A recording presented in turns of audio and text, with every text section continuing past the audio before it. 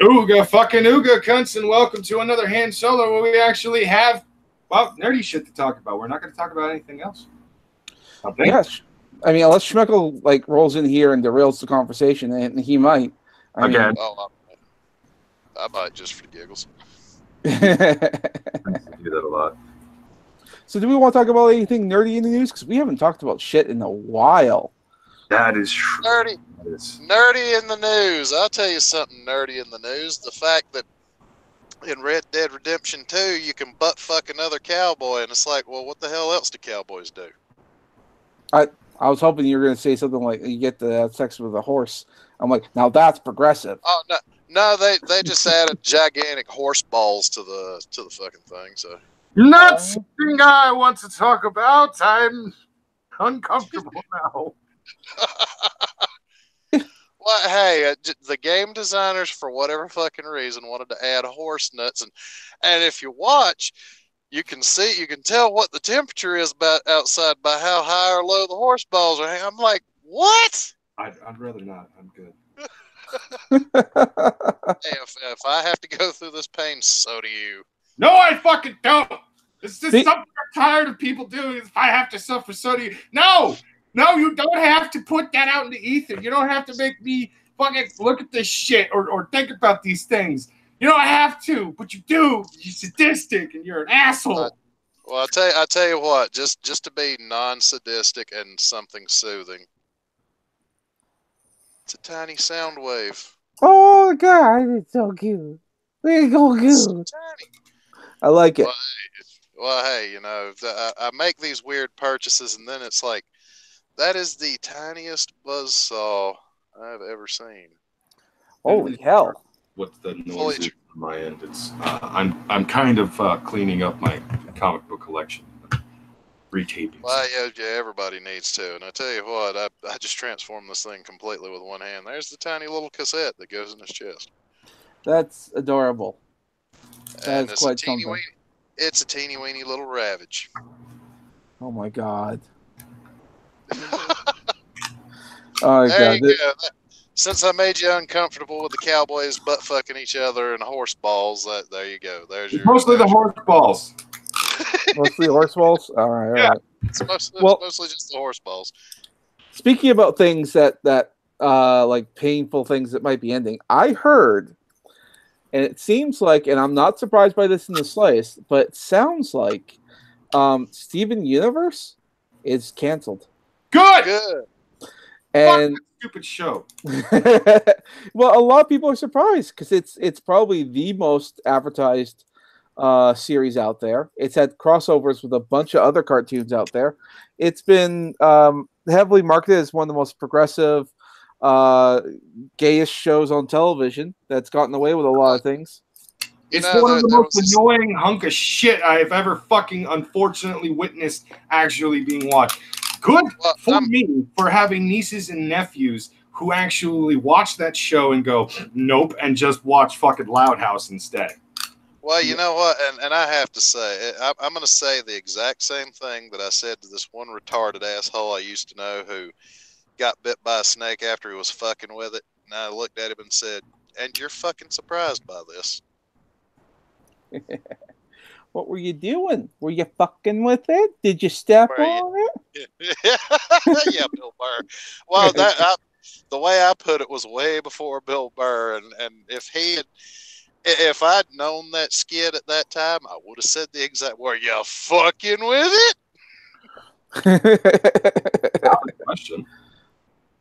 This snake, this wild animal, has bitten me. Okay, I'm pretty sure he didn't go out of his way to fucking go and bite you, you dumb piece of shit. Like, what did you do to piss it off? Exactly. You know what? And I hate to say though, but you know, as an aside, something more fun than Steven fucking Universe. My Halloween was almost ruined over the weekend. How? Well, let's see. You go to a haunted house. Not only does it suck dick, but you get there at 8:30 at fucking night, and you don't get in and out of the haunted house till close to 1 goddamn clock in the morning. That's how. Ooh. It's a haunted house, bro. Like, what?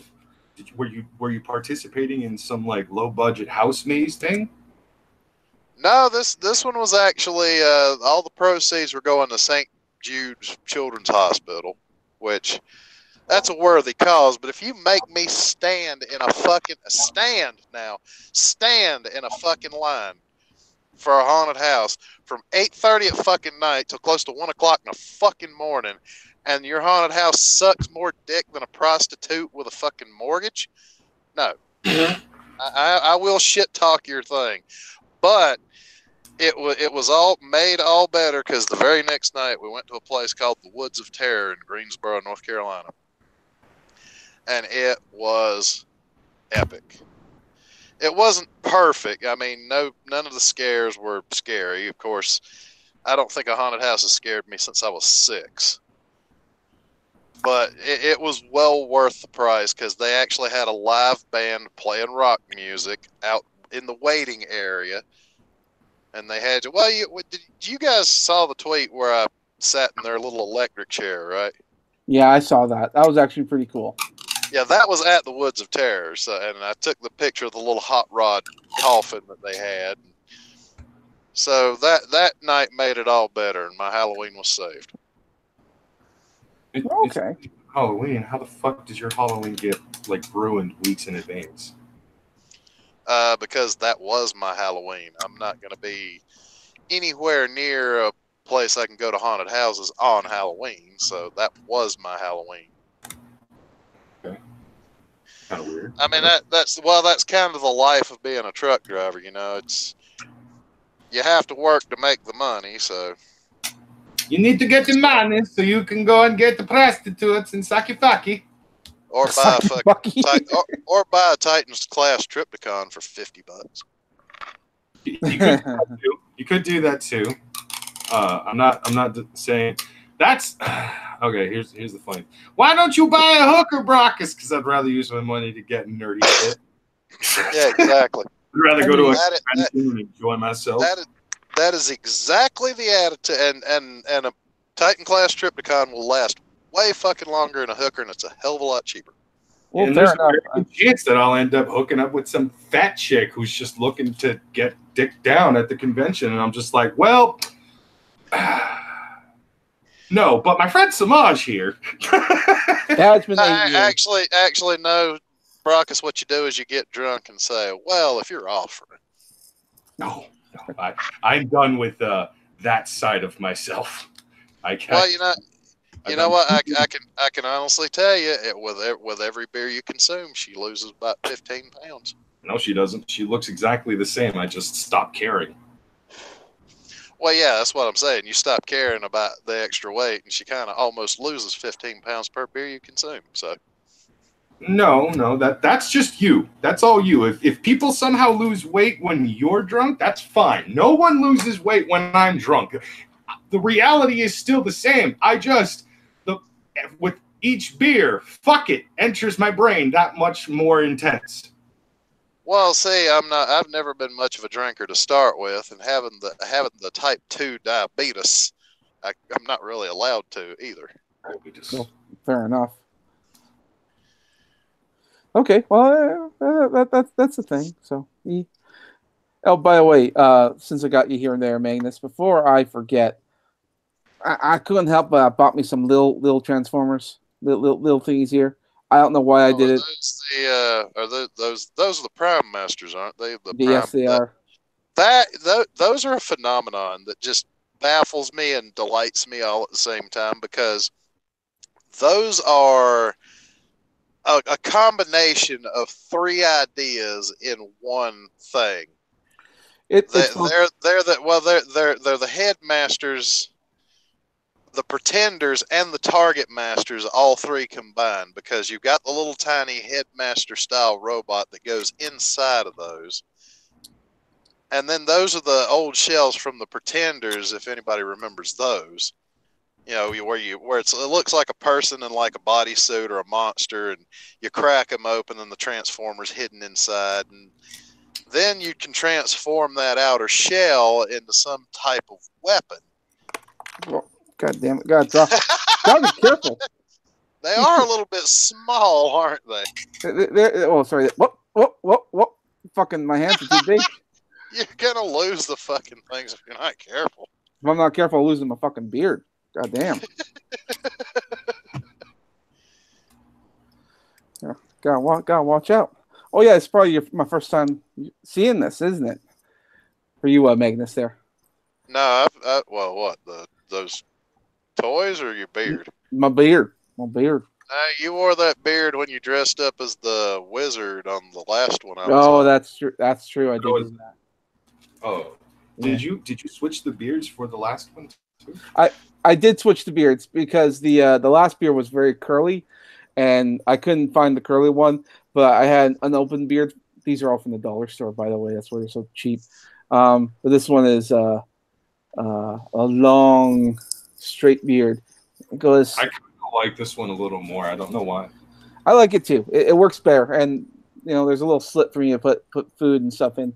Can't see me talk, but I'm there. But I had to stop because I've been wearing these goggles, and I like them and all, but they press up against my skin. And I can't fucking do it. Well, since we're showing shit off, that is the smallest Megatron I have ever fucking seen. Oh man, that's a tiny one. Well, but look at the face on that thing. It is like perfect. Fuck. God damn it. We're all talking about Transformers here. We need to get off this topic. We're doing it again. Every time you guys get me on, I fucking talk about Transformers. Come on now. You buy new shit and you won't stop talking about it, and I'm just like, man, I'm gonna hunt you down and kill you and take your stuff. It doesn't help that I add to that. I do add to that. Don't help either, Semaj. You really don't. Yeah, you're right. I'm pretty bad at that. Yeah, you know what? I'll just go ahead and say one last word on the subject, and then we'll go back to talking DC like we're supposed to be. And that word is Blitzwing. Blitzwing. Yeah. Okay. Oh wait, is your camera supposed to be on? It's off. No, it's Well, it's on. We don't see that.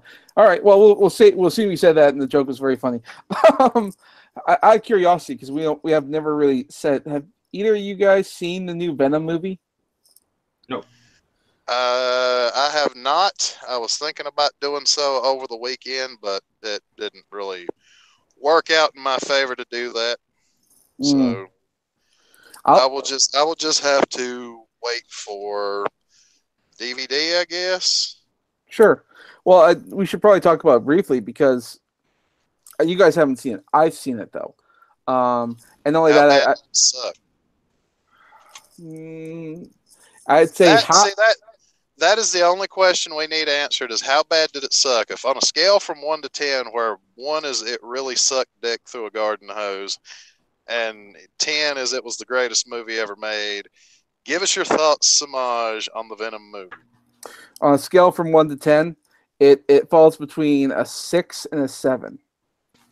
Oh, so it wasn't horrible, but it wasn't perfect. No, I think part of the problem is because they started filming it as an R-rated movie, and then they backpedaled at the last minute and made it PG, and that's what they did the reshoots for. You could tell by watching this movie that there were scenes that you knew were supposed to be R-rated. You knew something was supposed to be there. It felt like there was something missing, but it was definitely PG. I will say, first half of the movie, boring as fuck. Like don't even bother. Like come in. This is a movie you can walk in late and not feel guilty about. It doesn't matter. It's not that important. But the second half, when the actual Venom part happens, it's really good. And I don't mean perfectly good. It's a good movie. It's a fun movie. It's not the Venom that we want though. If you're a Venom fan, anybody with half a brain wants the old school dark hero kind of Venom. You definitely don't want any hackneyed fucking you don't want them half-assing. That's what I'm trying to say. Mm-hmm. I think I want to see a Venom movie where it's Venom. He's supposed to be, yeah, I'll gladly like rip your face off or whatever, or he's morally ambiguous. I mean, the Eddie Brock himself was supposed to be that way. He's not. He's a crooked reporter, which would have been more poignant in today's journalistic environment that we have right now. A crooked reporter, yeah, that's a little too close to home if you ask me. It's probably that's a little too on the nose, I guess. Exactly, but that's the kind of Eddie Brock I want. I also I want like the meathead Eddie Brock. I want him to be like fucking ripped because that's the way he was in the comics and in the cartoon show. Well, to be fair, Thomas Hardy does kind of fit that bill.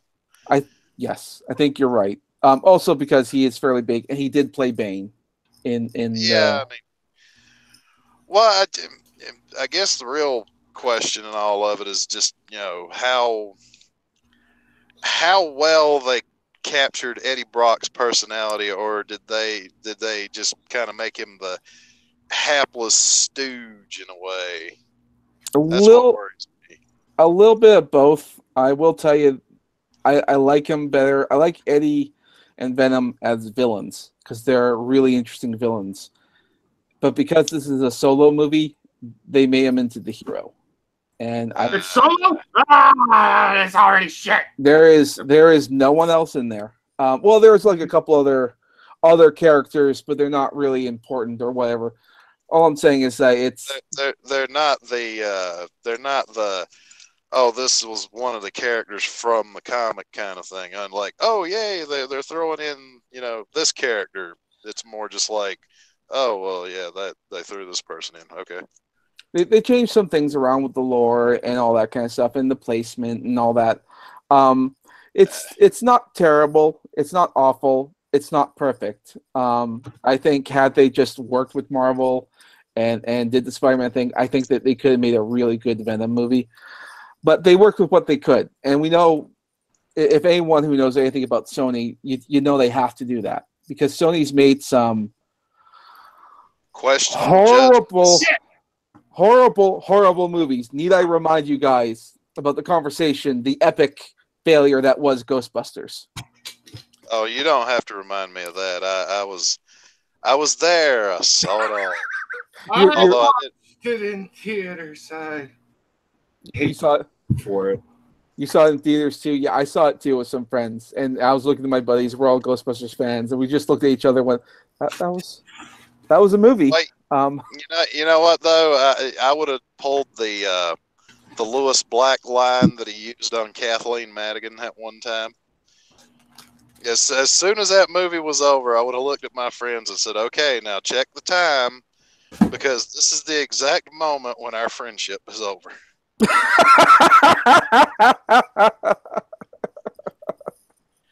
Because that movie, I haven't even seen the whole thing yet, but just even sort of sneak peek little, this and that from the movie that I have seen, it's like, who the fuck thought this was a good idea in any way, shape, or form? What fucking mongoloid retard read the script for this and said, "Yeah, this will be fine. This will work." Paul Feig. Yeah. Well, you knew his fucking retarded ass was gonna think that, because Paul Feig does not have a fucking sense of humor. He does not know how to write anything but retard comedies. And these assholes expected him. What they expect? A fucking miracle out of Paul Feig? This movie's gonna be great. No, the fuck it's not.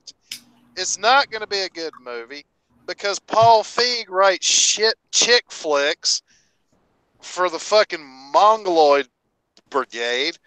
He does not write good movies. He never has, and he never fucking will.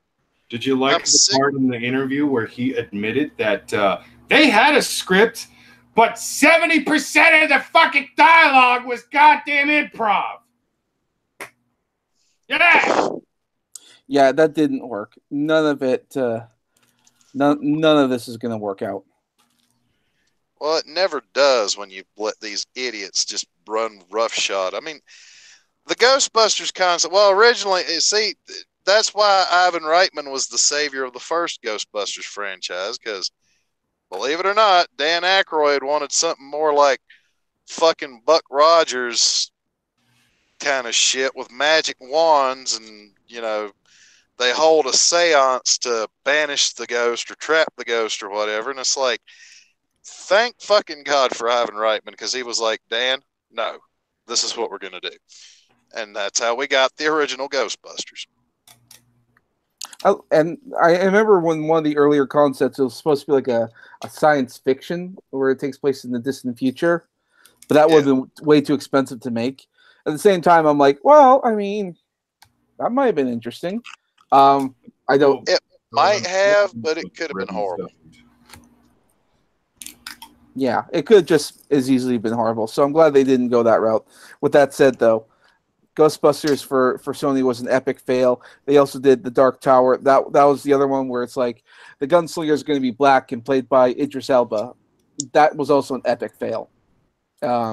There's a reason it was an epic fail, and I think we all know the reason. Not because it was Idris Elba, because I do like Idris Elba as an actor. Mm-hmm. The problem is that, I'm sorry, but that just was not the gunslinger character. From what I've seen and heard, that is not the fucking character that he was playing. Sony keeps forcing these diversity grab roles and things like that. Sadly, fantastic, amazing actors like Idris Elba has to take a lot of slack for things because they agree to do shit like this. But for the most part, it's a lot of times Sony will do these diversity fucking changes because it's diversity for diversity's sake. Not because they genuinely think that it's going to be a good idea. Not because it actually makes fundamental sense or anything like that. It's diverse for diversity's sake. That's legitimately all it is. It's pushing forward progressivism and forcing it down everyone's throats because, well, it's 2018. That's not a good enough fucking reason, Paul.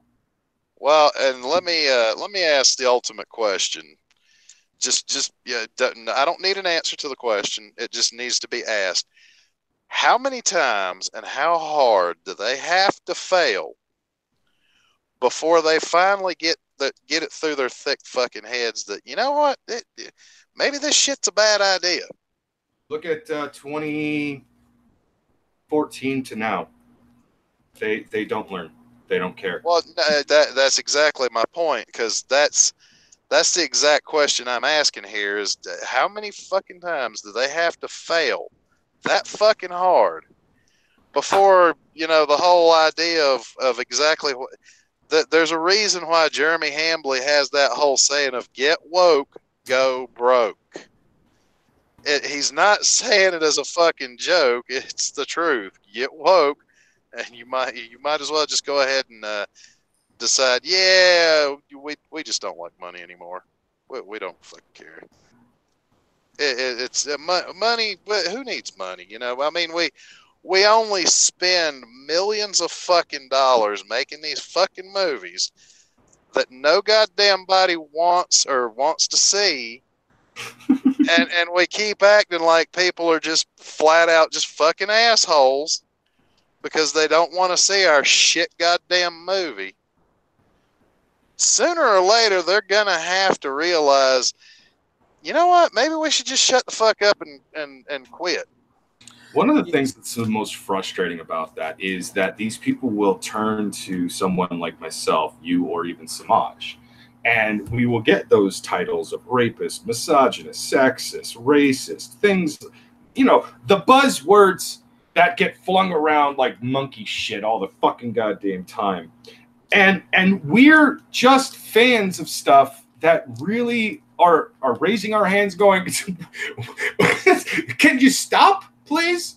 Can you either just stop altogether or give me something good? Not good in your mind, objectively good, not subjectively passable because let's go ahead and push diversity. No, objectively well written, well shot, well acted. For fucking Christ's sake, stop pushing your garbage simply because it's about time we got diversity. It's about time we had female lead in movies. And oh, you want female leads in movies? Why didn't you fucking, in the 1970s when She-Hulk was big, why didn't you make a movie about her then?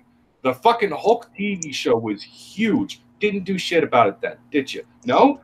Didn't push for anything like that? No? Because you were too fucking busy bitching about other things? Your bra burning and shit in the 1970s? You got everything you wanted up to that point. What was there more to do in the 1970s? Not a big deal. Whatever. We're going to move on because, to be honest, all this bullshit has been stuff that they have ignored for a long fucking time. The only reason why they're coming after comic books, video games, cosplay, D&D, Magic the Gathering, and fucking movies. Well, you know what? They're doing it now is literally because it's the last fucking place they can actually go and take control over everything and shame and shun everyone in the fucking industry and basically say, you're not doing enough for women.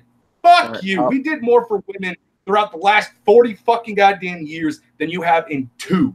Fuck off. I'll add to that tangent in just a second, but real quick there in the chat there to Chaos there. Rinse and repeat, my chat. Oh my god! Well, you know, new guru for that fucking religion. Apparently, I mean, if the chat says so, hence be it. I mean, if Magog says I'm love sausage, I mean, who am I to argue with that? I am the loveliest of sausage. Hang on. I want some more Brockus rage. Semaj, could you look up the newest She-Hulk iteration and show that Brockus?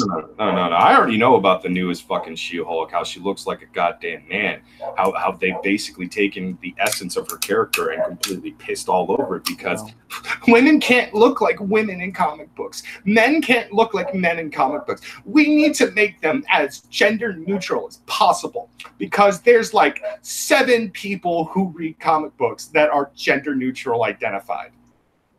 So the set you on fire, you fucking bitch.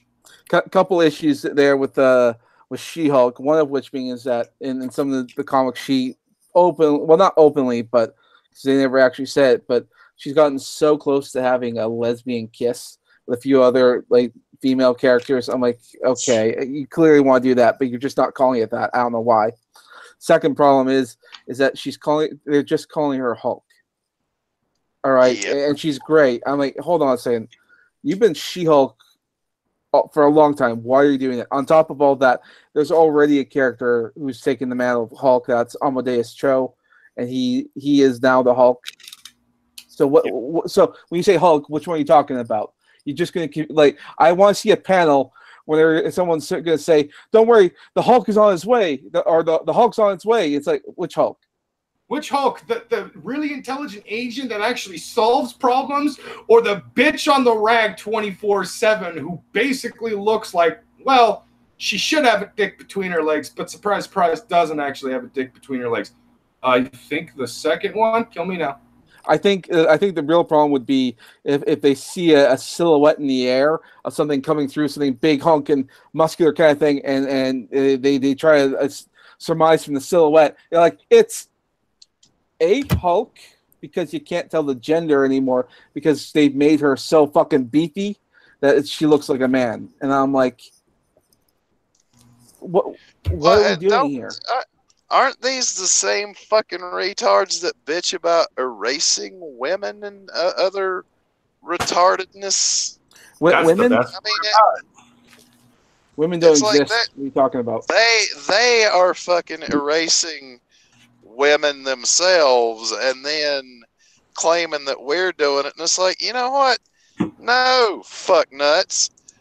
I would kill you if you took Ellen fucking Ripley out of the Alien franchise. You know, so why are you accusing me of erasing women from media when you motherfuckers are the ones goddamn doing it? Because you're the problem always. No matter what. You are a cis white male. You're constantly the problem, Magnus. Why? Because we really don't have a reason. Because faggots and viragos tell me that I am. That's the whole reason. It's not because I actually am. It's just some bunch of faggots and viragos.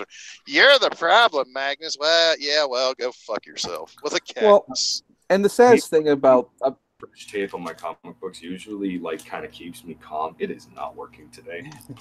Don't worry, we talking comics. There's a lot to get upset about. I mean, there's a lot of sad things going on. I mean, Marvel's losing money left, right, and center, and I have a couple comments on that. But I do want to say that Semaj, yes? You said Marvel's losing money? Obviously. Good. They need to. Well, they've been losing it for a while, but I have more to say on that. But I do want to say that right now, waiting at the gates of Marvel is their salvation, because there are people out there far more talented than me, far more talented than some people that we know, that are fully capable of saving Marvel right now. They could save it. Hold on. So they could save it. They can make sure that everything works well. The answer is there. The thing is that they're not getting the jobs, not being let in. There's quite literally gatekeeping going on, because the people who can save them are all white, they're male, and they're all straight, and that doesn't fit the diversity quota, and that's why they're yes. Semaj, who's more talented than you? Oh, there's plenty of talented artists out there. They're just not working at Marvel. I follow a couple of them. I can't. Don't ask me to bring up their names right now because I can't remember them offhand. The guy who makes Sunstone, for one. Yeah, well, he's sort of working at DC, and he's worked at Image and a couple other people. He did. You know, he said I'm butchering his name. It's a terribly hard name. It's like Sinjaya Sinjik or some. His parents need to be shot. His name is terrible, but his work is Sunstone. Check it out. Or one of the newer Aquamans. He's quite talented. But yeah, you know what though. That's the thing. There's so many fucking. They're so hung up on shit like fucking CalArts style art that it's like that is not fucking art. That is Steven Universe grade horse shit. And you're expecting me to be entertained by a cartoon drawn like that? Because I guarantee you, if the art's that fucking lazy, the storytelling's probably going to be absolute fucking shit. There are exceptions to that rule, but keeping in mind the exceptions make the rule. There's a couple of reasons I can see why the CalArt style is the way that it is. One of which being is that the art style itself is what's being pushed by the studios themselves, not so much CalArts. CalArts jobs is to train you in animation and prepare you for the job market. And if the job market demands that particular art style, that's all there is to it. If I had to blame anyone for that particular art style, it actually would be more on the shoulders of Adventure Time. Well, you know what though, I've seen a comparison where it was some girl artist. I don't remember her name because the first picture was one of her older works, and it was beautiful, detailed, crisp, and lively. And then she went to CalArts, and she was doing the B-face drawings, and it's like, that is why no one will ever remember your fucking name, because you allowed yourself to get duped into drawing ugly shit like that. No. It makes me want to go through that art school with a rolled up newspaper and just wreaking havoc on everybody's fucking noses. Well, and like I say, I always like to blame the studio, or not like the people who employ them, because part of the reason is that animation is a very expensive venture. Well, you know what though, that there is a reason why Magnus no longer watches Cartoon Network. Well, there's a reason why people watch anime nowadays. I mean, the other thing to keep in mind is that the demand to actually watch cartoons has been going down. Even the kids nowadays don't even watch a lot of these shows. I mean, What you mean? Kids might actually go outside and fucking play? Perish the goddamn thought.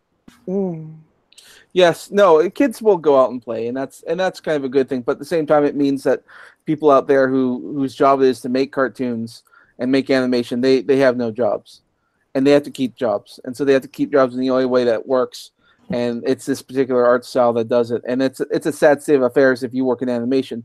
My I would think that the only way to save the animation industry, because that's another industry that's crumbling right before us, the only way that's going to save it is to just if a bunch of animators go out on their own and make their own stuff and make their own studio and do their own thing, and they can. I understand there's a fear of capital and of not being able to pay your bills. Well, yeah, you know what?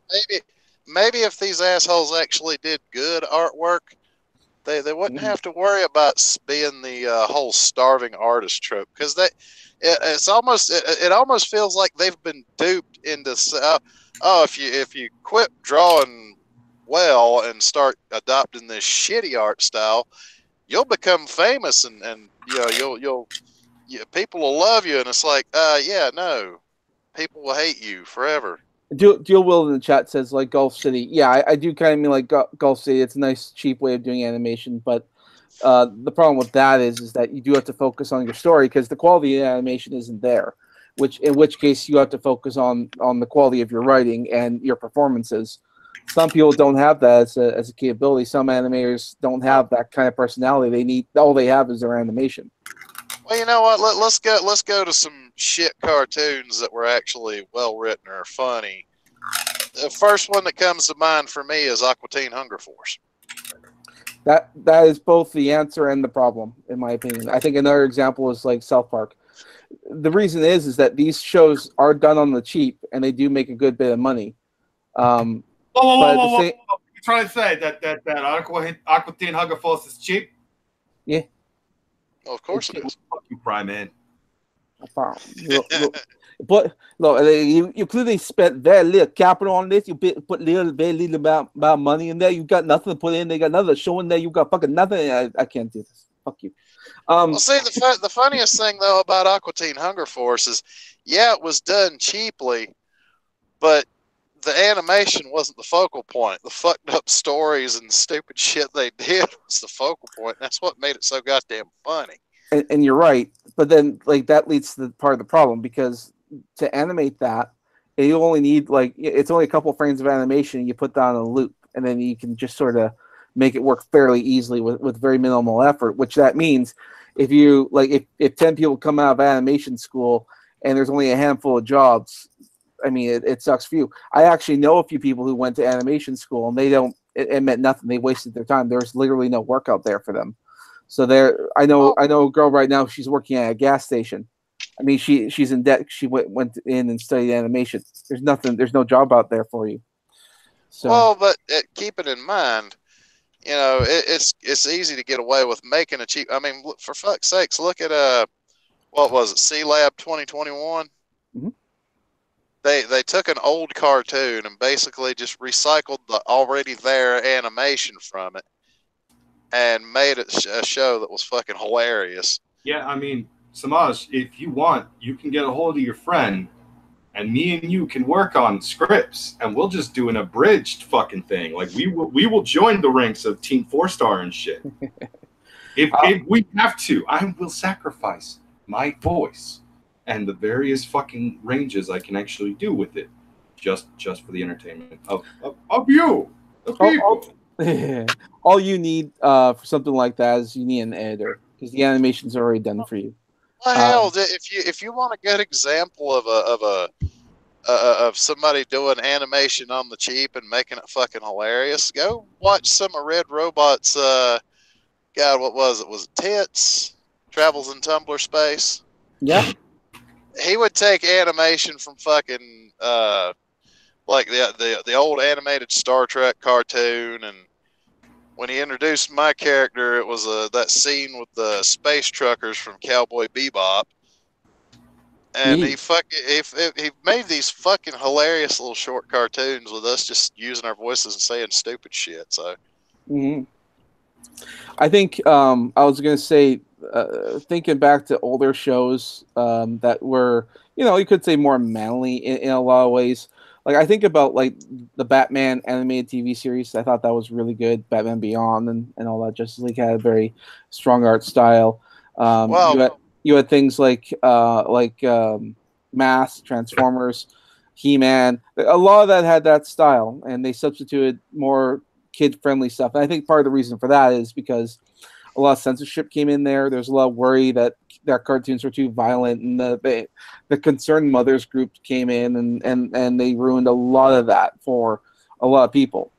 Well, just going back to Batman the Animated Series, I mean, that show, it wasn't like cheap artwork. It was just more of a minimalist style.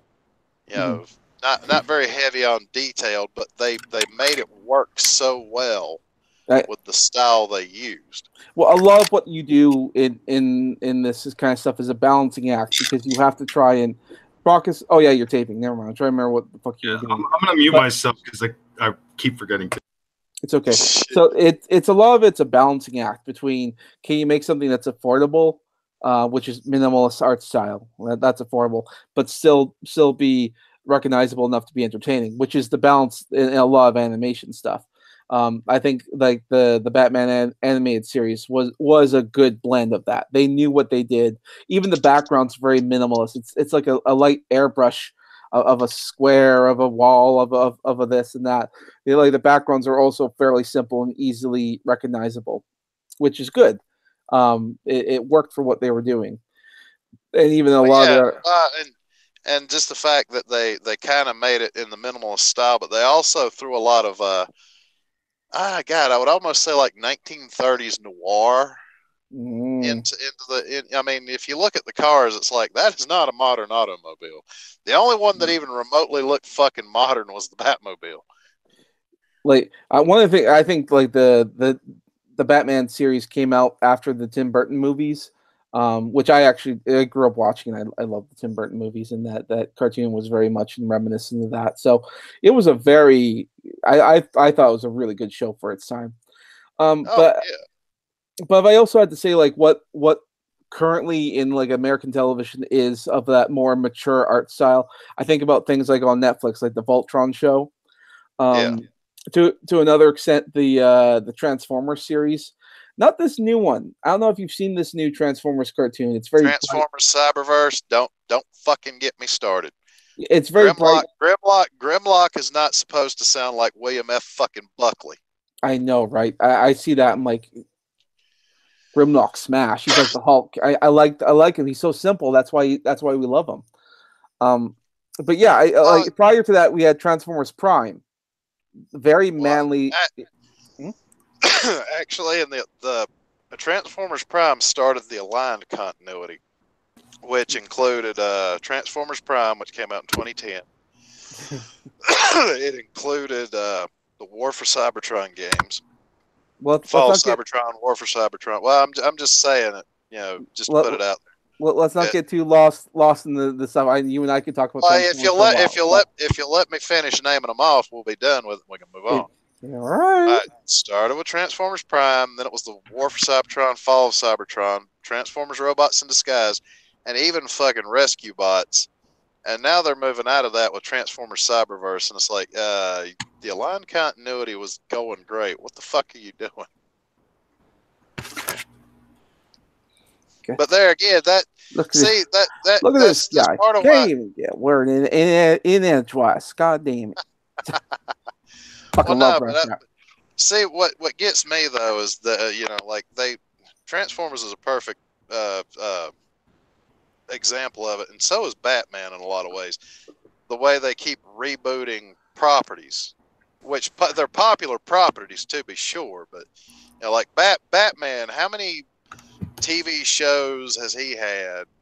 5. I mean, like Batman the Animated Series had. Actually, if you think about it, it had a really long run because it started with Batman the Animated Series. Then it moved on to the new Batman Superman adventures after Superman the Animated Series got pretty popular. Because Batman the Animated Series came first, if I remember right, and then they started on Superman the Animated Series. Then they combined the two into the new adventures of Batman Superman. Then they moved over to Justice League, where the animated series Batman and Superman were in it, and then they just added more heroes, and they had like a small group, which was great starting out. Then they expanded it when they came out with Justice League Unlimited, And they even managed to incorporate Batman Beyond into that whole, mythology. That's because Batman Beyond is the continuation from Batman the Animated Series. Batman Beyond was. I just want to say. Yeah. Oh, go ahead. Batman Beyond's fucking epic. I love that show. It's so good. Well, and see, Semaj, didn't you love, like, I think it was like the very last episode of Justice League Unlimited, where it was an older Terry finally confronts Amanda Waller, and she tells him, about her project Batman Beyond, and that was how he came to be. I wanted to say I enjoyed how it kind of put it into a nice little bow and kind of brought together the whole Terry saga and all that. That was pretty cool. With that said, though, it felt tacked on, and I didn't care for it. Well, the story of the show itself, it did feel tacked on, but the story that they gave was actually, to me, it was really well done. So I was willing to overlook how tacked on it felt, because they had already had Batman Beyond in, I think they had a few episodes, at least 2 that I can think of right off the top of my head. They had the one where the guy had the time belt and he was hopping through time, and finally they traveled to the future, and it was Batman and Old Man Bruce Wayne and Batman Beyond. And then there was the and then that episode I mentioned where Terry confronts Amanda Waller about being Bruce Wayne's clone. Yeah, I figured that one. How do I square that up with everything else in life? Well, it made sense though, because if you looked at his parents, it's like, how the fuck does he have black hair and his dad's got like brown hair and his mom's got red hair? That's kind of genetics 101. And then it's like, oh, well, he was Bruce Wayne's clone. Oh, well, that explains why him and his younger brother have jet black hair compared to their parents. Yeah, I guess that does ask the question, is his little brother also Bruce Wayne? Which could be. Well, considering that Amanda Waller did say that they injected his dad when he went in for a flu shot, they injected him with like nano machines that rewrote his sperm into Bruce Wayne's genetic material. So, yeah, we got 2 Batmen to contend with. Just the sperm. It was actually almost everything about the man. The only thing that didn't change was his outer appearance, but everything biologically would have come up Bruce Wayne. Well, no, she said specifically to rewrite his sperm, his genetic material, into. It definitely makes the dad look like a cuck raising someone else's kid, and I'm like, that's kind of shitty. With that said, though, I want to point out to Linus in there in the chat, dude. Make toys. You know what you gotta do? Go to the fucking dollar store. Buy a little pack of clay. Design some toys. You don't have to be a professional to be good at it. Just design some toys. And then when there's a toy con, I'm trying to remember where it is. I think it's in DC. There's a toy convention. Take it there. Pitch it. Maybe someone will pick it up. Maybe you get a cartoon out of the whole deal. Who knows? Why do you think I carry this clay around? I might make toys someday. Who knows? Well, you know what, Semaj, with your artistic skill, well, I guess the question would be, how good are you at sculpting? I haven't sculpted since high school. I can give it a go. I've been actually watching sculpting videos, and I've been debating whether or not to actually make a few things. Maybe either make some sculptures or actually design my own toys, which is an idea I toiled with for a little bit. You know what, Semaj? I'm going to say this right now. It's worth a shot. I mean, considering your competition, which is absolute fucking shit in most arenas, you would probably get a decent little cartoon deal, and with your artistic skills, you could probably do a good enough job. Because I mean, all these assholes do is just draw up the storyboards and then ship them off to fucking like Taiwan or some shit, and they do all the animation. Yeah. Also, Linus, you could spare $1. I bought this clay at the dollar store. All right, you can spare $1. Go do that. Also, watch sculpting videos. And as for Bitmail in the chat there, do you have any idea how many of these I have to buy to make a Bad Dragon toy? Do you have any idea? Have you seen those things? They're big. This is just a fucking cheap little dollar store clay. I can't design a Bad Dragon toy like this. Trust us. Schmeckle will shut the fuck up about someone doing something like that. We keep telling him, Schmeckle, you buy the goddamn clay.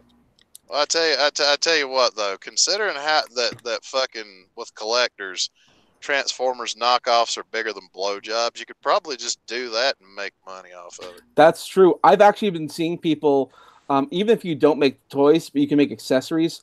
Like you can, there's a third-party people out there, or group or whatever, who actually makes accessories for toys that are missing parts. Like I bought the Optimal Optimus collection that came on the Power of the Primes, and the people were complaining they were missing some. And here's a guy, he made a set that completed everything that was missing from the toy that they made.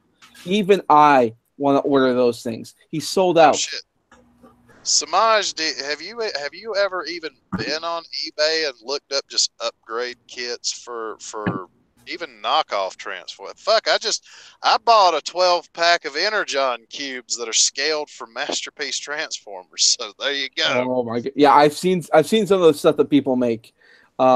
My only problem is that it's eBay and it's custom made, and I like something that has a little bit more effort into it, makes it more professional. Well, here's the thing, though. There's a whole community, apparently, of people called customizers who will buy the toys. I mean, not even just Transformers toys, but Gundam toys, just anything you can think of. These people buy these shits and then do custom paint, custom accessories, you name it. And a lot of them are pretty nice, I'll admit, because I've looked at them and been like, I might have to get a custom kit, because they got the custom kit for Volcanicus, the Combiner Wars Dinobots Volcanicus Combiner. I've seen custom kits for that, and it's like, holy fuck, I might have to get that. I see a couple of people asking in the chat. Can I just take a moment to talk about how to start making toys? All right. So if you want to start making toys and start designing things, my recommendation, because also you can go a little bit bigger and scale down, because that's what they'll scan it into their computers and they'll do it all for you, because that's their job. Because it's all you have to do as a designer. You design the toy, you sculpt the toy, they take it, and then they'll make any adjustments through the computer. So that's how you can just sort of sculpt something, and they'll take care of everything else, provided that it works out and the testing after that works well. Now, if you want to start off doing the sculpting, like I said, I pointed out the clay. There is a few more steps to that. Here's what I would say. Find a picture of Leonardo da Vinci's his drawing. He did that drawing of a man, just sort of standing, and then one leg arms going up there on the sides. You know the one I'm talking about. They use the reference in Westworld and all that. It's that one of the guy. Find that picture, print it out to the scale of the toy that you want to make. Once you do that, you can also buy wire, like custom copper wire if you want. Buy that, scale it up, cut it so it's the right size you want, and swirl it and bend it together so that way you can actually make the skeleton, if you will, and then pose it how you. You could even go to a fucking art store and get one of those little posable artist dummies for pretty cheap, I think. You can, but sometimes you want to make different things. So because they're of a certain size, and let's say you want to make a half skeleton, half something, it'll be too thick to work with that. You as the creator, I don't know what's in your guys' head, but I want to encourage you to go out and make it yourself. And so take what's in your fucking head and make it a reality. Do it. So, but yeah, I would say go out and get wire. Then when you get your wire skeleton, but you want it, because you don't want to use up so much clay, because that after a while it gets a little heavy to put in there. Get tin foil, and then get the tin foil, and wrap it around the thing for the actual mass of the, let's say, the chest, maybe around the arm areas and the head. Once you do that, start getting up the clay and make sure it's nice and soft. You may have to apply water or something, put it on there, and then start sculpting it. And even if it looks like shit, you still learned something from it. You start again, make another one. And if that one looks like shit, start again. Keep going, because this stuff's cheap enough. There's no reason why you can't keep going. And then once you've mastered the ability of using like shit dollar store clay, you can go out and get something more expensive, like Super Sculpt. It's like $30. It's about like double this, but and it's more expensive. However, it'll be easier to sculpt with, and you will have already learned the skills necessary because you fucked around with this. And then from there, once you're happy with it, go to a toy convention, pitch it, paint it if you want, see what you think. Hire me as an artist to design some posters and some ideas of how you want it to look, and then you never know. A lot of toy people go out there, they go to these kind of things, they get picked up by big industries. Toys R Us is coming back. It's like whatever, and they actually pay for like custom toys, so they actually will. You know what? I'll even go you one better. If you're too fucking cheap to get the dollar store clay, go out in your backyard and dig up some fucking mud and use that for clay. Yeah, you can try that. If you're having trouble with like anatomy, don't worry about it. I'd say like make like a super soldier or make something. Even if what you do is shit, again, start over, make another thing. If you're looking for something like tools, you can probably get like little mechanical pencils. They might break after a while or use a pen. This one was like an old stylus that had like a little disc on it. I'd use this to just sort of try and sculpt the eye parts.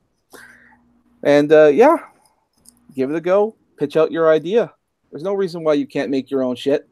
If Toys R Us is going to go out of business, if the toys they make for kids right now are pieces of shit like Steven Universe or whatever, go out and make your own. Well, you know what though, Semaj, I have to admit, Toys R Us going out of business has been quite the boon for me. So.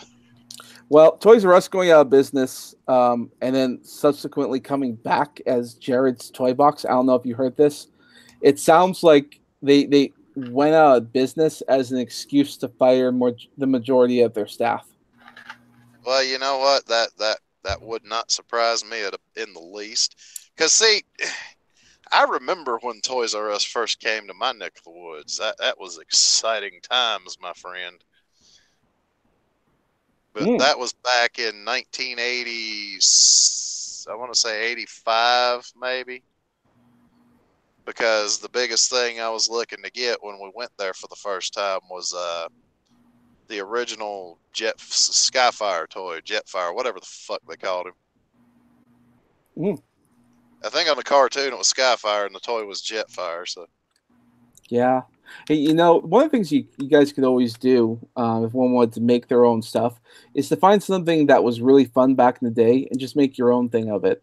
Like, for instance, like everyone's pissed off at She-Ra, but you know what is happening right now as a bizarre, push to this? Funko Pops are now making He-Man style toys. They came out with a He-Man style toy, a Batman and the Joker. They even have like animals they ride. Like the Joker has a giant smiling lizard, and I think Batman has like a wolf or something. And it's in the style of He-Man in every which way, the way that they're built. And I'm like, oh yeah, Semaj, you should see some of the fucking toys my friend at home has. He's got like these little, almost like G.I. Joe-esque He-Man action figures that they've come out with. Oh, I've seen those. Those are the Super 7 ones. Man, that's interesting. I think so. They're like, they look like the old G.I. Joe figures, the little 3.5-inch tall G.I. Joe figures. Yeah, but minimal movements, like the arms move and that's what I figured. Yeah, I've seen those. You know what? I was mentioning Toys R Us going out of business being a huge boon for me. How do you think I got fucking Titan Class Triptychon for $50? Because it was a Toys R Us. It was a Toys R Us buyout. Yeah. And let me tell you, that was quite something. I swear to God, I don't have room in this fucking truck for this fucking thing. I was also going to say, in the He-Man-esque art style, there's a few more toys coming out. They're doing the horror collection right now. You can get Freddy Krueger, Jason Voorhees, any number of different horror guys are coming out right now. I think it's because it's Halloween. So that's pretty interesting. And I imagine Funko has to do something because their Pops line, the Funko Pop bubble has popped. It's done. Well, now if you want good horror toys, trying to remember I think it was McFarlane Toys. It was Todd McFarlane, the guy who he did like a lot of the Spider-Man comics, and then he helped create Image Comics, and he did Spawn for the Spawn comics. He didn't just like help create Marvel or Image Comics. He owns Image Comics. Well, yeah, that's what I'm saying. But you know, he had a line of toys that had horror figures that were just, oh, if you can find them, if you're a horror fan, you should be getting those toys because, like, I mean, my friend I was talking about that has the He-Man, the dude's a bit of a pack rat if I'm totally honest. Because you walk in his house, he's still got like VHS tapes and DVDs and shit. And it's like, oh my god, dude, you do realize you could just download this shit and not like waste so much space. There, I mean, he's got like old McFarlane horror toys in his room, and they're beautiful. I will say there have been some things that have been lost in time that has not made its way in the digital era. There are some things on VHS that are still on VHS that never came over. So there's a good reason to hold on to your VHSs. At the same time, be very careful every single time you put it into your VCR, because if that thing rips, good luck finding another copy of it. Yeah, no shit. Like a case well, you know what? Though? I don't think he ever really watches any of them. I mean, I've never seen him watch a fucking VHS tape. Well, not years, I should say. And nor should he. He should hold on to those things because, chances are you'll never get them. Another thing that's pissing me off, like, as much as I love getting things digital because it's nice and convenient, the moment something fucks up with the internet and the potential of the new Star Wars, by Star Wars I mean like an actual war in space, actually happening again is quite high. What with the moon missions going on, and the race going on with the Chinese and possibly the Indians. By that I mean India, that kind of stuff. There's going to be a new space race, and it's going to be about mining resources on the moon. I believe that wholeheartedly is going to happen, especially considering Donald Trump is investing so much in the space program. Yeah, we're going to have ourselves a space force, and it's going to be huge. Actually, hey, you know what? This might be it. I have an idea right now, and I don't care if someone else uses it because I'll probably do it myself at some point. If someone wants to make a series of science fiction space opera toys or whatever, go for it, or comic books or whatever, because I guarantee you space is going to come back in science fiction is going to come back in the popular conversation. Like, what sci-fi show out there, like cartoon show, is out there right now? I don't really think of anything. Like, you could say Steven Universe, but not really. Well, you know what though, I do have to bring this up. I don't know if you guys have ever talked about it. Anybody here besides me have been enjoying the hell out of Goblin Slayer? I've been enjoying the reaction to Goblin Slayer. I'm waiting for the dubs to come out. Oh no, yeah. Oh god, yeah. You would have to read the manga, because I saw the very first episode of Goblin Slayer and I was like, holy, no fucking wonder these goddamn little NPCs get so pissed off at it. Cause what they're pissed off. The funniest thing is what they're pissed off about is one rape scene that doesn't really even show anything. It's more or less, I think the most you get to see is tits, ass, and implied forced fun time. Mm-hmm. And that's just to kind of set the tone of the show. That yes, it's dark. Yes, these creatures are evil and, do things that aren't nice.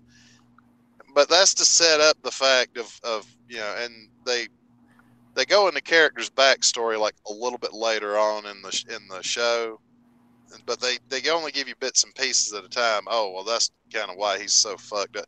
Because the whole premise is he's like a high-ranking D&D style adventurer who only ever goes after goblins. He doesn't give a fuck about demons. He doesn't want to go out and hunt, kobolds or any other D&D stuff. No, his name is Goblin Slayer. That is what he does. And then he does it well. And like when I think about Goblin Slayer and I think about the reaction people have, like, oh, it's so horrible, this thing was raped. Yeah, you know who rapes? Bad people. Awful people. And what happens? I was going to say Muslims, but you beat me to it. Well, my point still stands, doesn't it? But yeah, no, bad people, villains, awful things that you don't ever want to see any kind of, like, like respect given to, or even treated with any remote stuff. What the hell does Goblin Slayer do to these goblins? He kills them in the most brutal, horrible, horrifying ways. Guess what? A lot of people kind of want to see that when it comes to rape. It's funny as shit just watching some of the shit he does to these fucking goblins. Well, sometimes, yeah, but I mean, like the point is that he does the kind of stuff you want him to do because the rape has happened. Now, granted, he isn't doing it because a girl got raped. He's a goblin slayer. He's going to do it because they're goblins. He doesn't give a shit. I mean, even like in that first episode, I mean, he found this little secret entranceway, and there's a bunch of like baby goblins. You think that fucking because they're babies that stopped them?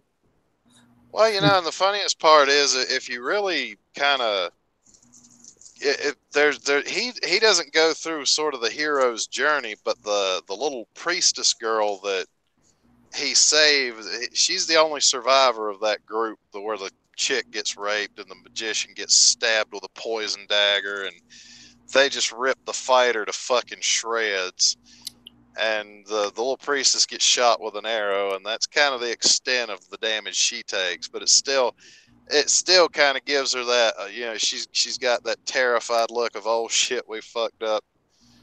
And then he shows up, saves her ass, and it's kind of almost like a hero's journey for her, because she's like the bottom ranked, brand new fucking adventurer.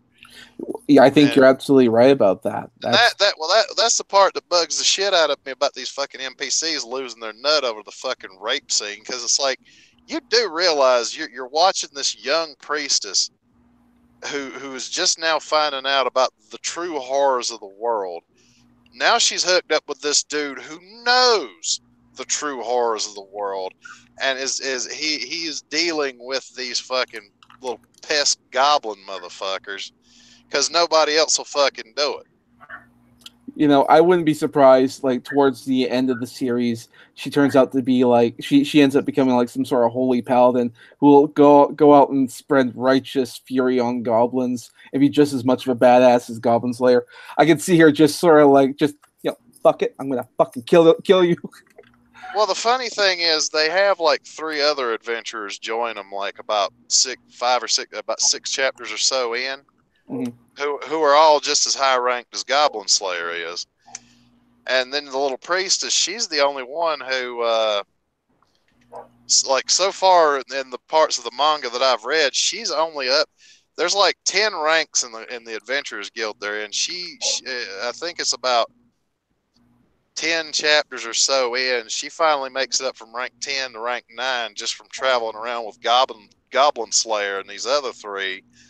And wailing on goblins. And it's like, like I said, I think it's her hero's journey, and she's kind of the grounding force because Goblin Slayer's just like, oh, it's goblins, all right, I'll be back in a few days, and he goes out, slays goblins, and really it's almost sad how little there is to his life other than killing goblins, and she's kind of there to help him learn to open up a little bit. In a way, and yeah. I'm really enjoying the hell out of the story so far. Like I said, I'm reading the manga, which is a first for me. I normally don't do that, but it kind of gripped you.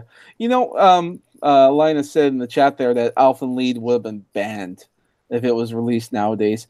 Probably, but because I think people are more sensitive now, like. A rape scene in an anime back in that was out like early 2000s or something. No one gave a shit. Linus, let me ask you this: if it wasn't already a well-established show, how Goblin Slayer's tame compared to this? But how well do you think? How hard do you think these assholes would flip their shit over fucking Berserk? Oh man, fucking Berserk! They would lose it. That's why I like. Goblin Slayer is almost like Berserk light in a way. It's not as heavy on the grim death and destruction, and fucking some chick in that one got raped like I'm exaggerating, but some chick in that one got raped like every other fucking episode. So, I mean, Goblin Slayer is more implied than shown in fucking Berserk. It was just outright right in your face. Yeah. I mean, anime back then was a lot more like vicious at times. I remember like the very first anime I ever saw with an actual rape scene and violence was actually Ninja Scroll. That show. Oh my god, that show. Now, in addition to it had like an awful rape scene, but also like the violence and the gore and it was good. It was so good. That's part of the reason why I prefer to collect a lot of older animes, because that I'm not gonna say they're not still the same, but back then it seemed like anime had a little bit more hair on its balls, because they just didn't give a fuck. Well, I think the problem with that is over time the audience lost the hair on their balls. You get an old fuck like me who's been watching anime since he was 18 fucking years old. You're gonna hear about some shit. Yeah, if you're one of these NPC special snowflake motherfuckers, you might as well stay out of my goddamn anime collection, or else you'll see some shit. Yeah, absolutely. God, I'm just looking at some Ninja Scroll thing because it's one of the more I want to say manlier animes back in the day when guys were guys. Wait, which one? Ninja Scroll, the movie. Oh well, yeah. Well, God, man, just go back to shit like Cyber City 80808. Oh God, if you want one where everybody fucking dies, go watch Goal Force. That shit, I started out watching that, and it's like they're just picking off the characters one by one, and you're like, Jesus Christ, is anybody gonna survive this? Yes, one fucking person out of the whole main cast survives that goddamn show. Yeah, God, anime back then was much more. Now, granted, there is some anime out there right now that is fairly brutal. I want to say it's called Juni Tyson. It's essentially like it's a free for all tournament anime, but the characters all represent members of the zodiac. So you have like Chinese zodiacs. You have like rat, tiger, that kind of stuff, and it's like only one can survive and all that kind of stuff. They have to battle to the death. And you know what? I have to say this. I think the problem is people are used to such shit storytelling anymore that they don't understand that like rape being a story element. This is the bad guy. He does bad things. Look, he's raping this girl. He's bad. Mm-hmm. He's a bad person. We don't root for him. He's raping this girl over it. And it's almost like these fucking retards need their goddamn hands held. They can't just incorporate that into the story and watch watch the story unfold. Well, you have to remember these are some of the same people who said that they can't go to their law school and learn about the law stuff because they might actually talk about rape, like in a court. That's a thing. Sorry, I've been quiet this entire fucking time because I was reading issue 1 of Extermination. I'm interested. A few questionable moments, but I'm interested. Pass me a link on the Twitter machine, my dude. I have the physical copy of the it's a physical. Okay. Yeah, sorry. Oh, is it a manga or what is it? No, it's an X-Men. It's the new X-Men Crisis series that they're doing. Oh, well, hey. Well, you know what though? That like I said, Semaj, you're mentioning these are the same people who can't hear about rape at law school. These are the same stupid motherfuckers that are claiming they have PTSD from the 2016 election. Yeah. That's still funny. It's a sad state of affairs. And since you brought up X-Men, Brockus, I totally forgot to talk about this. I should probably bring it up. Also, bad. I know. I'm so bad. Our main topic was actually the comic book thing, and we completely just left it alone. Well, yeah, you know because what? You know what? We could consider that the setup. How about that? we could, but I do want to mention something real quick because I mentioned it to you, Brockus, on a different stream, and Manus, you might not be aware of this. I don't know if you know this, but according to from what I've heard, and different things, that to go to, let's say, Disneyland right now, prices of everything have gone up 30%. Now, Okay. the reason why that's an interest and point of something to think about is that normally, because they've done this before, but when things go up that high, that's actually a pretty high rate. That's usually because they made a major purchase or they needed money. Like Disney used to own, I think it was Paramount Pictures or something, and then they had to let that go because they couldn't afford to keep it going. Well, you know what? No. I think I can shed some light on their problem where they're losing money. Maybe you'll quit hiring retards to direct your fucking Star Wars movies. We're gonna get to that in a bit. But the main speculation as to why things have gone up so much is that they're subsidizing the cost of what they had to pay for to get Fox. So they're subsidizing what they paid for to buy Fox. So that was like what was it, $60 billion or something? It was a lot of money. So they're making their money back, one, charging the people, because that's supposed to help you out. But the other thing to keep in mind is that when you start charging that kind of stuff, it means that Disney is now pinching pennies. And if you're pinching pennies, that means that they're going to take a hard look at what is costing them money, and they're going to deal with that. They might lose it. They might sign it off. They might fire a few people. More likely, things are going to happen. Now, Well, you know what? It sounds to me like, by the way you're putting it, they're pinching pennies so fucking hard a booger flew out of Abraham Lincoln's nose. Well, I mean, there'll be a few streams coming out of someone's nose when they hear the shock that they're going to get fired. What I've been hearing is that Marvel's comics have gotten really good lately. And I thought, gotten really good lately? Why did they all of a sudden start telling good stories? Well, could it be that when they eventually look at the books and realize that Marvel has lost a lot of money, that they might decide to start firing some people and letting people go, and maybe even shutting down the department or two? Well, you know what?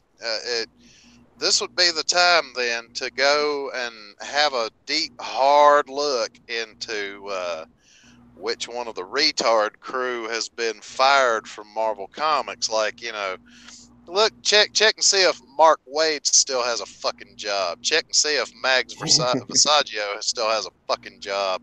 See if what's her name, the little chick who was bitching on Twitter about the milkshake making her ass fat or whatever the hell.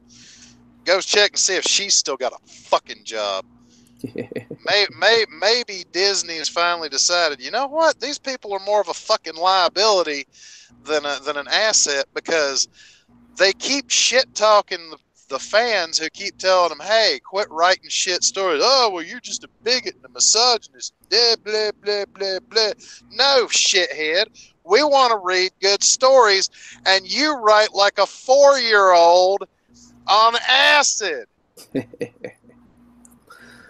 So yeah, I think people are scared for their jobs, and rightfully so at this point. They fuck. Well, you know what?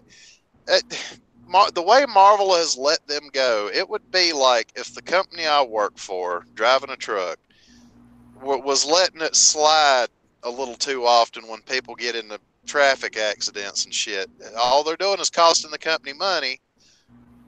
But if my company were letting that shit slide, they would be bankrupt before I even knew what the hell was going. I would be on the unemployment line looking for another truck driving job, because for some reason my company was doing shit quality control and letting it slide when people did, you know, shit that was costing them money. You can't fucking get away with that and expect not to sooner or later somebody in the headquarters is going to look and say, our profit margin's falling into the toilet. What the hell's going on here? Yeah. So yeah, pennies are going to be pinched. Heads are going to roll, and who knows how it's going to play out. The biggest fear, though, to anyone who's like in the comic industry right now, is that they're just going to shut down Marvel Comics altogether and do like they do with Archie Comics and just release a monthly digest of older comics. They have enough Good. of a back catalog. They can do that. But the problem with that is it means that, you know, a lot of people are going to lose jobs and quality people are going to lose jobs. But Well, it might. you know what though, Semaj, the quality people could easily get a job at another fucking comic book, place or make their own. Because what I'm just sick to fucking death about every other day hearing how Marvel Comics are some fucking retard is creating these shit stories and then acting like they're still superior and shit talking to people who are like, hey, this story sucks. You're just a bigot, racist, homophobe, blah blah blah. It's like, no, shithead, I'm the motherfucker who's closing his goddamn wallet and telling you to go take a fucking hike. Yeah. So that's the Well, the tall short of things. I wanted to make sure that people were aware in case you hadn't known that there could things could look good, but they could also look bad. Well, I have to say this right now. Back in the '80s, I got into comics because my brother had he's older than me by about 5 years. I got into comics because he had like a small collection of some of the classic X-Men stories and like the New Mutants and things like that. Back when people knew how to tell a fucking story and people got their asses kicked and they weren't triggered when somebody farted sideways. Yeah. Things were. It was an easier time. Like, Well, no, I remember even back then, because my brother had some decent story runs. I'm trying to remember the name of the group they were fighting against. I think it was the Marauders or something like that. I remember fucking just shocked watching Colossus kill somebody. They didn't show it, but it was heavily implied, and then him holding the dead body in the scene. You just see his gritted teeth and see the large crack across the fucking page, and you're like, oh my fucking god, Colossus just killed some fucking body. I think it was because they hurt his sister or somebody he was like in a relationship at the time. Because in comics the relationships just on again, off again. This person's dating that person and blah blah fucking blah. But it's like somebody got hurt. Colossus got pissed, walked up to the dude who did it, and just fucking took him out right then and there. Just wrapped his hands around his neck, and you see that crack right across the page. Like, whoo boy. Okay, I am gonna tweet this out. So we were supposed to be talking about something in particular. DC Comics. Yeah. Okay. Well, and we'll probably wrap it up here pretty soon because things are gonna be shutting down. But so maybe we'll save this topic for another stream. Are you there, Brockus? No, we better get started on it because if we don't, we never will. Well, I'm gonna bring out the suggestion. And hey, Brockus, you want to present me?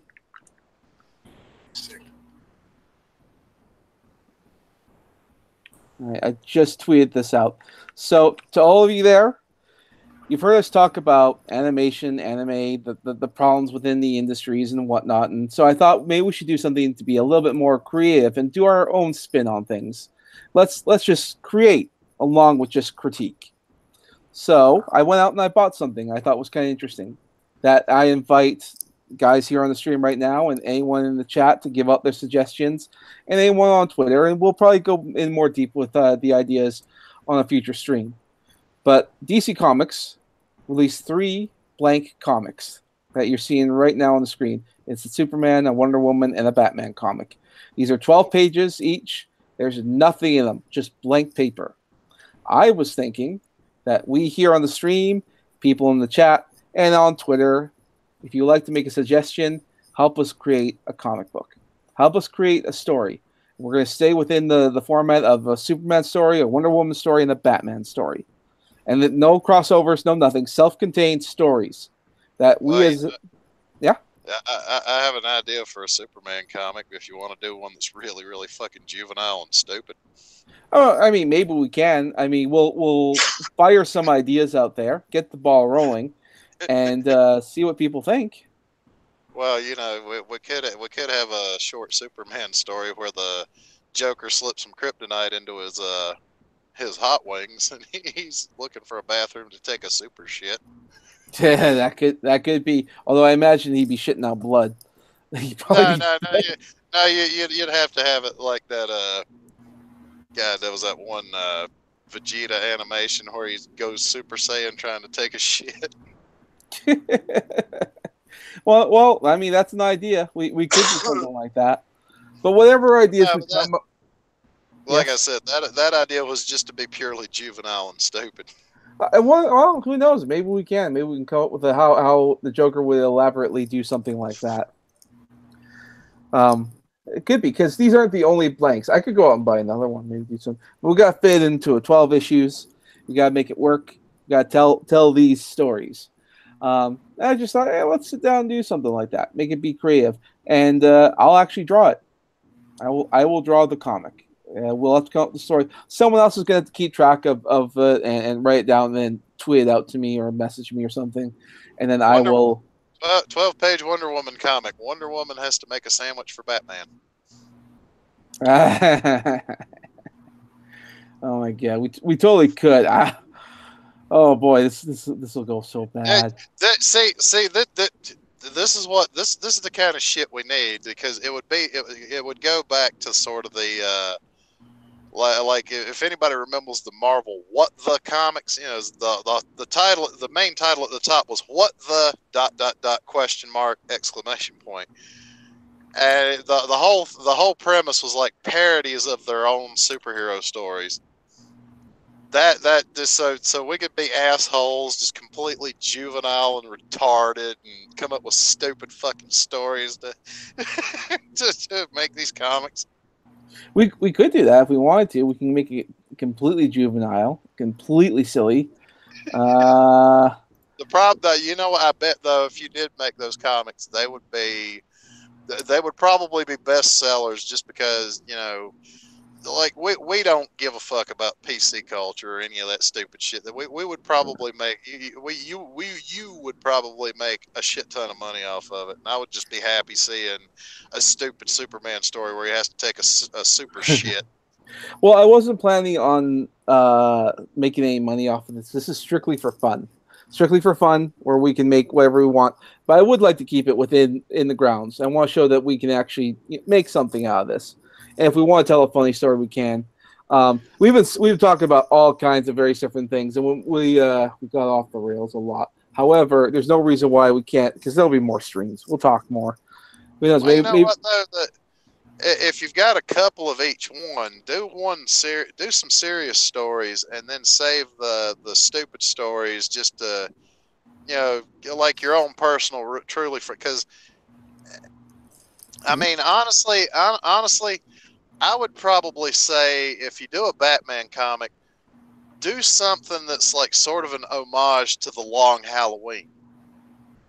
You know, like a story like that, and with Superman, like do something sort of an homage to, you know, like classic Superman, like pre-90s Superman, not the overpowered godlike, why the fuck do we even read these comics? Superman, there's nothing you can do to hurt him kind of super. I'm talking like back in the olden days when he wasn't super overpowerful. He was just really, really strong, really, really fast, and all that shit. Here's an interesting question. Wait, what? Are you saying Superman wasn't really, really powerful in the golden age of comic books? No, well, originally he couldn't even fucking fly. That's why you had the whole thing about he can leap over a tall building with a single bound. Yeah, he could jump really, really high. That was all he could do. He couldn't fucking fly.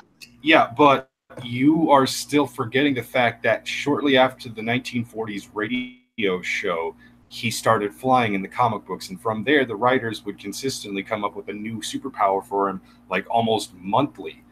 And Yeah. eventually it got to the point where they had to retcon the entire universe because you have God Superman and God Wonder Woman teamed up with Batman and other people for the Justice League. And it's like, I don't know where to go from here. We've written ourselves into a fucking corner. And eventually the Silver Age took over. Well, you know what? He did in the You know what, Brockus? I mean, think back to the fucking Superman movies where he shoots blue beams out of his eyes that rebuild the Great Wall of fucking China, for fuck's sakes. They did that shit all the goddamn time. Yeah, movies were kind of loose with their continuity, to say the least.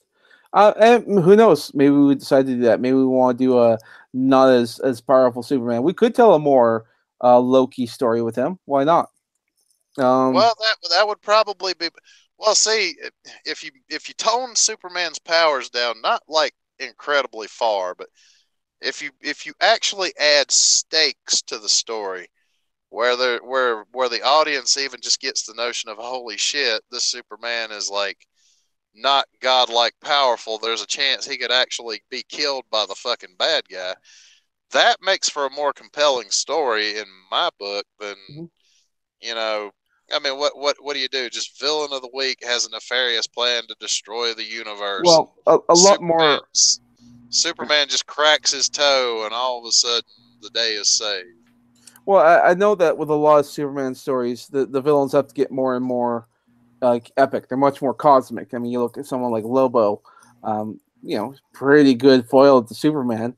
Well, you know what though, I'm sitting here. We were talking about the animated series earlier, and it's like, you know what, they actually did add in enough bad guys, like what was his name, Mongol or something like that, the guy who had War World or whatever it was. Mojo. Mongol or something like that. Oh, okay. I think I know who you're talking about. Yeah. And then they threw in Darkseid, who they waited until like some of the last episodes of Justice League Unlimited before and Superman didn't really beat him either. Superman was just like, you know what, this is actually a rare opportunity for me to cut loose. Yeah, and he actually starts whomping the shit out of him until he, Darkseid like captured him in one of his Omega beams or some shit. Mm-hmm. But those bad guys actually added weight and a threat against Superman. He didn't just simply have to be outsmarted by some weaker bad guy. These were guys who could, punch Superman in the nose and holy shit, he's actually got a fucking nosebleed for a change. Things like that. You by the end of it, you could actually see Superman with battle damage. Like scrapes on his face and things like that. And it's like that actually made the stories a hell of a lot more compelling because there was an actual threat level to deal with. Mm-hmm. Yeah, that's a good idea. Batman stories are relatively simple. I mean, it's Batman. He's low key. He could do, fight the Scarecrow or something like that. Although, granted, a good Scarecrow story, I haven't seen one of those in a while. But you know what, though? With Batman, you could actually maybe even get creative with some of the gadgets he has to use, or maybe even kind of go into a great Batman story would be where he has to figure out how to do shit without his fucking gadgets. But it's like have sort of the long Halloween thing going, but also have it in a setting where somebody actually managed to shoot the bat plane down, and he's only got so many batarangs and very few knickknacks in his utility belt to use to get through, and he's got a very limited supply. That would be a great story. I had an idea for a story the other day where Bruce Wayne, because he develops, he has the department that develops weapons and stuff like that. That's where Batman gets all of his toys and his gadgets. It's like Fox Tech or something like that. Can't quite remember. And I had an idea for a story where that there's a potential alien encounter that's going to happen, and they need to deal with them, and the military needs to deal with them. And so they essentially, I don't want to say force Bruce, like the Bruce Wayne company, to give out, the weapons and stuff like that, but they kind of had to. And Batman's like, these people don't know what they're doing. We need to actually, someone's got to teach them how to use these weapons. But then how are you going to? You know what? You could go one even better and have the alien invasion that happens. They unleash an EMP that disables all the technology, and Batman has to get people together and teach them how to use more primitive weapons and form a resistance. Well, what I was thinking is that like one of the stipulations in because it's not going to be a big force, but it could be a very deadly force, and Batman would have to be like, okay, like maybe it'd be his job to go in there and actually train a small task force to actually use the weapons, but he has to be careful because otherwise you're essentially teaching them how to be Batman, like to do that. And it's like I gotta work with them, or I gotta teach them how to do this, otherwise they could actually hurt themselves. Because there's no training on this. Batman's specifically trained for a lot of this stuff. What's the difference between you and me? I'm not wearing hockey pads. But yeah, it'd be something like he'd learn to work with others, and it'd be kind of a weird thing because he does, Batman. He says he's a loner, but I mean he'll take in any stray orphan off the street. Well, I mean, there's a myriad of possible story elements you could concoct to add weight, an actual threat to the story. And one of the things you might have to do is write like half the story and fill up the whole comic book, and then like a to be continued on the last page just to piss people off. Oh my god! Don't do that. like what happens is like if I do this whole idea and we plan it out and let's say I'll ask the chat, should we do should we have them fight Killer Croc or Scarecrow, and the chat will go one or two on the other one. You know what? Why not even do like an underutilized Batman villain? I mean, we always see like the Penguin, the Joker, Two-Face. I know exactly who you're talking about. Yes, Condiment King does deserve a return. Who? Condiment King. Oh, you know what? If you could actually make the Condiment King a believable threat, that would be fucking gold. That's a good question. Can we do that? Make him have had like an actual psychotic break where he starts like he's got the ketchup and mustard gun and all that shit. Make him start adding like potassium cyanide to the ketchup or something, and like or any just not acid or anything stupid that the Joker would fucking do. Like he starts adding poison to his condiments and the stuff that if it soaks in through the skin, it could be pretty fucking lethal. He can hold an entire city hostage by giving out like free hot dogs as a promotional gimmick with, let's say, a local radio station, and it just sort of says, "I'm glad everyone's enjoyed their meal. Now everyone better give me like $3,000, or I'm gonna like kill 100 people within an hour, or like 30 million or whatever." That's just even the sound of that is like, that's kind of. Well, I mean, didn't he have like ketchup and mustard guns or some shit? I mean, he did. I've only seen him. He did, but he never had he always worked like small scale kind of stuff. I mean, he was never a big villain. I mean, you could try making him big, make him think big, and have him poison a bunch of people. No, like I said, have him have had a psychotic break. You could even throw the Joker in as like somebody who's holding hostage. Batman actually has to negotiate for the Joker with the Condiment King. Oh yeah, you could probably do that. That'd be quite something. The guy you loathe the most is the guy you have to. This is the very life you have to try and save. Yeah. Yeah, that would be a fucked up story, wouldn't it? That would be. One could definitely do that. Well, I mean, because the whole thing is Batman's, he's trying to like reform the bad guys and not like kill them or anything. And now all of a sudden, his worst enemy is in the hands of like some goofy fucker who all of a sudden's had a psychotic break, and now he's got to negotiate to keep the Joker from having his ass. Well, by that point, you could already have shown that the Joker got his ass handed to him, and now the Condiment King's like got one foot on his back, aiming a ketchup gun full of potassium cyanide at the back of the Joker's head, and it's like, this shit's lethal. One could do that. We could. God, who were the other ones? They did one for Calendar Man. He'd always. Well, yeah, Calendar Man was the main focus of the Long Halloween. Yeah. Well, I remember seeing him in the Batman games, the Arkham games. You don't? Huh? Nigga, where has you been? Calendar Man was in Arkham City where you actually find him, and they had like clues and riddles about the Calendar Man, so they mentioned him at the very least. Yeah, and actually, you don't remember going down in the basement of the courthouse, and there's Calendar Man. I did. I thought that's what I said. I did remember. I played the games. I love the games. Games are fucking epic. I mean, I played Arkham City so damn much. I could about tell you how to get through it back and forth and back. Arkham City was such a good game. Oh my god! People say people don't like it, but I love the hell out of Arkham Knight.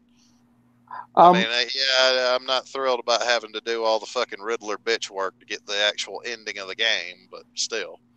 Yeah, that game had some technical issues I didn't quite care for. I did really. Yes. I have to ask you: am I the only one that just was bitching at Batman, screaming at the TV, going, "Would you fucking kill the Riddler all goddamn ready? I'm sick of him."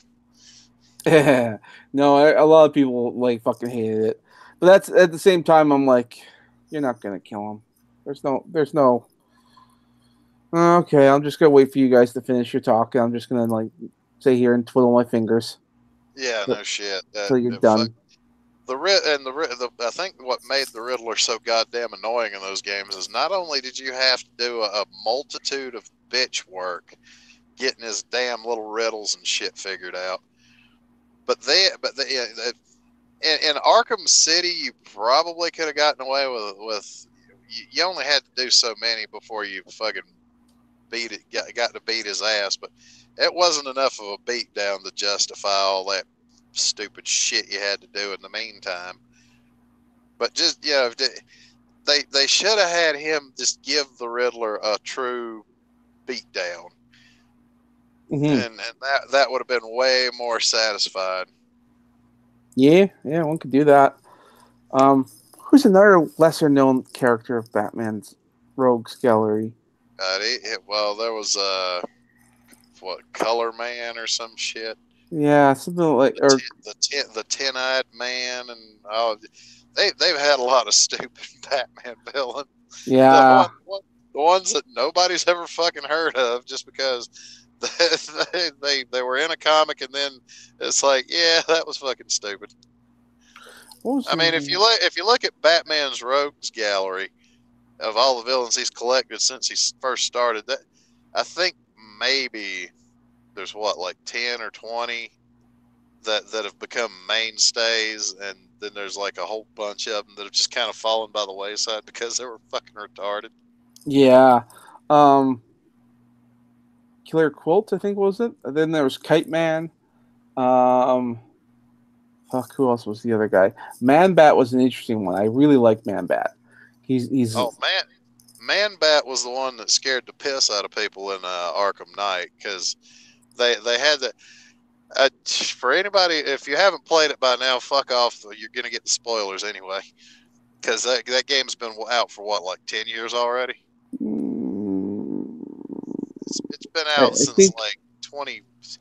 Well, it's been out for a long while. I know that. It was like 2015 or something. I don't know. Yeah, that sounds a little bit more accurate. Yeah, because I'm sitting here thinking, it's like, God, those games have been out for such a long ass time. But no, the Man Bat. What I hated about that in the game, they threw him in when you first find him, they throw him in as a fucking jump scare where, all of a sudden, you're traveling to go to the next place. All of a sudden, it's like, hey, why is my grapple booster not working? And then you get to the ledge of the building. He screeches at you and takes a swipe, and you're just like, oh my fucking god! That was frightening. I was legit shocked when I saw that. That was one hell of a good scare. Well, and they did him so well because he looked so fucked up and had that fucking hospital tube in his nose and shit. You're just like, what the fuck is that? He just takes a swipe. Well, the worst part is they pulled that same shit later in the game when all of a sudden it's like, oh shit, is man back gonna jump out again because your grapnel boost isn't working, and you get up to the building and it's the Joker that pops out at you. Okay, so I just finished off the first 3 issues of Extermination. The only reason why I don't have number 4 is because they didn't have it in the comic book shop last I looked. Although they could have hidden it somewhere. Sometimes fuckers like to hide shit in places. Anyways, it's just questionable writing at times, but for the most part, it seems interesting. Part of the problem with Marvel and how they run things is they are rotating writers and artists all the time. It's never the same. It's never the same writer. It's never the same artist. Well, I think that's stupid. You need to get a team that works, keep them on that project until they finish their story arc, and then rotate it around. Oh yeah, I agree. Like Kelly Thompson on Mr. and Mrs. X. I've heard a lot of good things. Keep her. Keep the head artist that's there. Fuck everyone else. To hell with them. But for Extermination, one of the things that I've noticed is that it isn't just questionable writing in the book. There are very specific characters and personalities that are drastically different than the rest of the characters in the book. Like, for example, the X-Men, the core members of the X-Men, the original 5 with their out-of-time situation and all that stuff, their story is interesting enough. I don't know who's Bloodstorm. I have not been reading for a long time. It's very confusing because that means that there are 2 storms. Wait, hold up. Bloodstorm was, I think, a thing they did back in the 80s when Storm got turned into a vampire. Yep. It's I just don't understand why she's in the story. There's too many time-displaced characters from alternate timelines, and they're now here, and it's just like, can you stop fucking with time like this? Like, seriously, you don't have the Flash. I can't blame it on Barry Allen, and I'm not going to look at Bishop and Cable every fucking time saying, like, what'd you guys do this time? It's annoying the shit out of me. Anyways. Well, you know what? The whole time displacement thing, yeah, let's I mean, it's good for certain stories, but others, it's just like, why are you doing this? Why does this need to be a thing? True. But X-Force. X-Force is one of my favorite X teams. Like, I'm sure Semaj, a fellow mutant fan, you've got your favorite X team. What would that be? Oh, just the classic X-Men. Just classic X-Men. Yeah, I've never been a huge fan of the spin-off teams. Oh, you son of a bitch. Anyway. Well, you know what? I'll tell you right now. My favorite X-Men team was the one from back in the 1980s. Okay. Was that the one with Dazzler? You had Dazzler, you had Storm, you had Wolverine, Colossus, Kitty Pryde. So X-Men Gold. No, I'm sorry. That was Blue. X-Men Blue. Because Cyclops was the leader of the team, and X-Men Gold was led by. Actually, no. I think back in those days, the original X-Men team were the ones that comprised X Factor. No, X Factor was the inevitable comeback when they decided to bring back the original 5 team, but they didn't want to take over the X-Men entirely and created X Factor. Oddly enough, eventually X Factor got completely wiped out. They got integrated back into the main comic book stories of the X-Men and all that stuff. And then years later, they would present X Factor once again, I think in the late 80s, early 90s, to be led by, forgetting Havoc. Oh, yeah, Havoc. And they were the government-organized version of the X team. It was Havoc, Polaris, Multiple Man, Strong Guy, and a handful of others. This is also where we get one of the first gay mutants, Richter, except he wasn't out at that point. They didn't really have any kind of necessary need to have gay mutants or anything like that. Well, you know what? You bring up Strong Guy, and I still get a giggle to this day out of the one comic where, like, some guy that really hated Strong Guy showed up, and he says his name out loud, and one of the other members of the team in the background is like, have I ever mentioned how much I hate that fucking name? I was laughing about that. I'm still laughing about it to this day. But it's just funny. I guess it was such an uncreative name that somebody had to bring it up. That that's a stupid name. It really is. But anyways, yeah, the X-Force. The X-Force I remember because when the X-Force was formed, I believe back in the early 90s, they had a rotating roster a lot. But one of the things that made X-Force so fucking cool were the usual mainstays that you would see throughout the actual publication, which was Cable as the leader. Domino was on the team. Warpath was on the team. We also had Boom Boom, aka I can't remember what other Meltdown. She couldn't keep to one fucking name. She actually had like 5 different identities. Well, wasn't she originally like Boomer or something? She was Boomer, she was Boom Boom, she was Meltdown. She was a bunch of different names. Basically, she creates these explosive fireballs that they can be marble sized, they can be baseball sized. It just depends on how much energy she wants to put into it. She was Discount Gambit for those of you who want an Don't idea. you dare say that about her. I fucking love her. She was not Discount Gambit. You just liked her because she had a nice ass. Oh, it wasn't just that. She had the pixie haircut, the short kind of red hair. Yeah, I remember. She wore sunglasses. She was usually teamed up with Shatterstar, and she just blew everything the fuck up. One of her most fucking common things is she just shows up to blow shit up. That's it. That's all she does, and I fucking loved it about her because it's kind of, I guess you could say, it's kind of like what you get with Gambit, except there's less charm and more. I'm just gonna blow shit up. It's so fucking cool. And Cannonball. This was also like when we kind of got the early days of Cannonball and shit. And they have the same team here, but I'm still trying to figure out his fucking sister, Husk. She just has the ability to peel off the outer layer of her flesh to create a specific type of flesh underneath it. Exactly. That was kind of fucking gross. It's actually very useful. Gross looking, but very useful because, do you need diamond body? Do you need steel body? Do you need... Well, you know what? I tell you what, though. When they introduced her, they also introduced a character that, to this day, I would shag her in a fucking heartbeat. The Blink, if anybody remembers her. Mm-hmm. Oh, yeah, I remember Blink. Everybody knows Blink. Oh, yeah. She's been in some of the X-Men movies and TV shows like The Gifted. Yeah.